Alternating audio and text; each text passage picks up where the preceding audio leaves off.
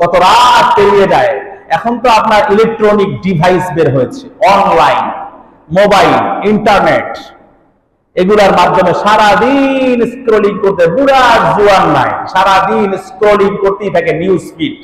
মনে হয় news feed হলো কোরআন শরীফের পাতা, আর স্ক্রলিং মানে হলো কোরআন শরীফের পৃষ্ঠা উল্টানো। আর প্রতিটা হরফে হরফে মানে প্রতিটা নিউজে নিউজে মনে হয় 10 কিলো দেখি। ভাষাটা এমন আর কি, উজুরও সময় পায় না, নামাজের সময় পায় না, খাওয়ার সময় পায় না, আত্মীয় স্বজন ছেলে মেয়েরও সময় নেওয়ার সময় পায় না, এগুলা নিয়ে সারাদিন। এই জন্য সব জায়গায় অশান্তি। এই মোবাইল সব খেয়ে ফেলছে, শিক্ষা খেয়ে ফেলছে, ভদ্রতা, সভ্যতা, সংসার, ফ্যামিলি, এই পৃথিবীর মানুষের সিনসিয়ারিটি, তারপরে আপনার সবকিছুর সংবেদনশীলতা, লজ্জা, শরম, হায়া, সব শেষ। এই জন্য আমাদের মাদ্রাসার ছাত্রদেরকে গার্ডিয়ানরা তো শুনেছেন যে মোবাইল থাকলে বহিষ্কার, বিনা নোটিশে বহিষ্কার। কারণ আমরা মেহনত করব, খেদমত করব, আর যদি মোবাইল থাকে তো তলাবিহীন ঝুড়ি, তলাবিহীন ঝুড়িতে পানি থাকে,